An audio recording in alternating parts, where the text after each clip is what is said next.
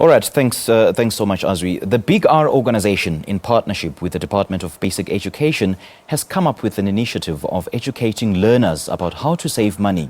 Now, the program involves the saving coins in piggy banks, portable and lockable banking receptacles. The role of parents in this instance and guardians, of course, is to make sure that once these are full, they are taken to the bank. And to tell us more, we're joined by Saubrey Tshabalala, the Chairperson of the Big R Foundation. A very good morning to you and a warm welcome to Morning Live and compliments of the new season. Morning, sir. How are you? All right.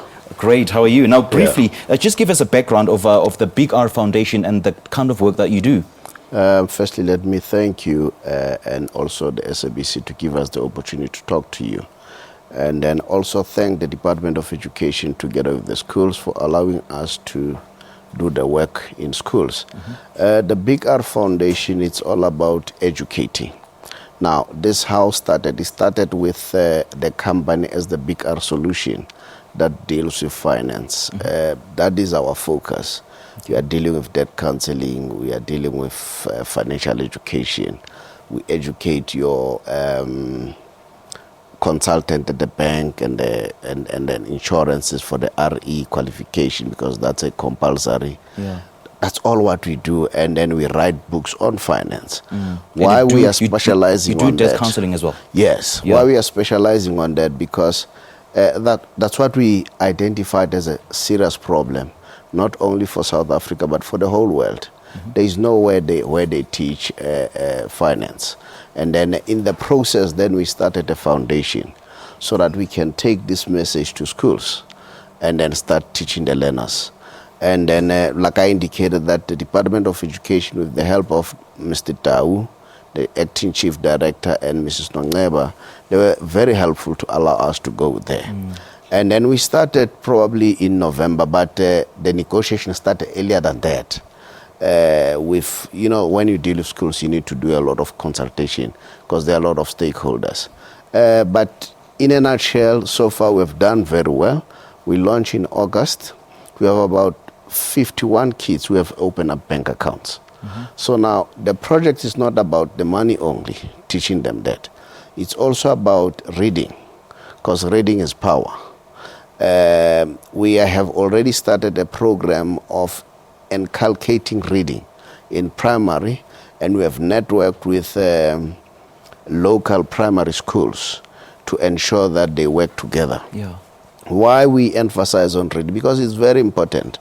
Once you read, a child can work independently to do his own research. He won't just listen to what you are saying. They can do their own research. If you remember quite well, prior to American liberation, and then masters were not allowed to teach their slaves to read and write because they know it's power. And then, those old philosophers, your Rousseau and so on, they were arrested. Some were hanged because of reading. So that's the power that we are giving them. And then, so with that thing, we've seen a lot of achievement. And then I've brought one youngster who really impressed me. He stays not far from where I stay, because we are doing this thing in schools. His name is Uratile. I last saw him, I think he was 2 years with his dad. But all of a sudden he came, he's now older now, and then my kids were telling me that this young man is here for you. I said, no, I normally see adults, because in question of, then I said, and I was in a hurry. Then he came, then he was selling, something for the drainage. Then I asked him questions, why are you doing this? He said, no, I'm doing it because I'm doing grade 9 tomorrow. Next day I'm going to grade 11. So after that, I need to go to university, I need money. So I was impressed by that. Then I said to my wife, let's invite him, because he's raised by a single parent, which is very interesting. Then when I sat down with them, I was telling them about Warren Buffett. So they jumped with his brother. And they said, he's our hero, Then I loved that. I said, no, man, you know what? Let's also engage them in this project. So now they take these tins.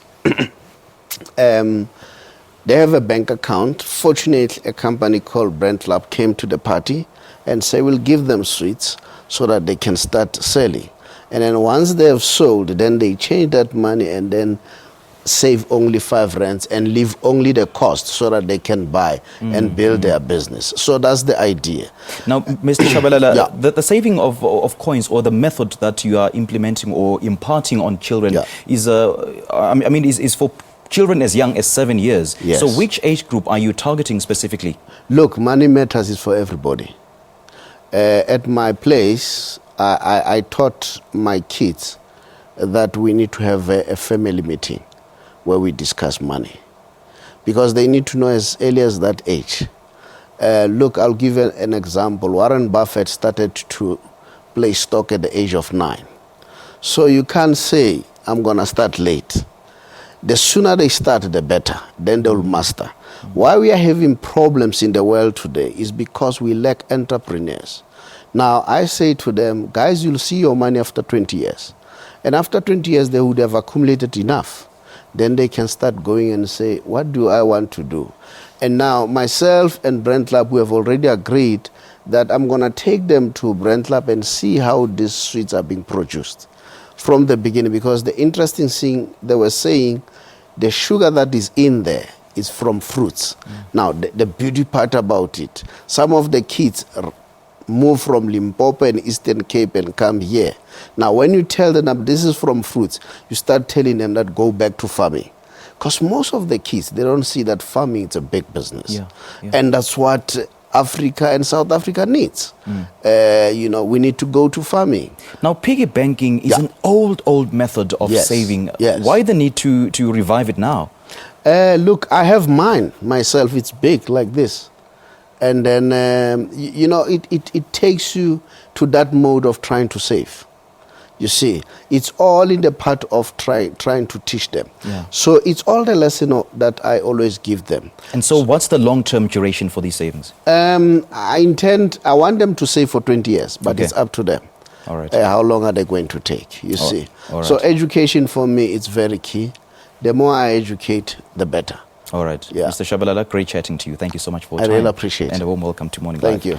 Well, that was Mr. Saubrey Tshabalala speaking to us in our Morning Live studios. And, just briefly taking us through the methods, which is called piggy banking, which has been an ancient old method, and sort of reviving it and then imparting it on our children. Now, we'll take a short break and we'll be back with more right after this.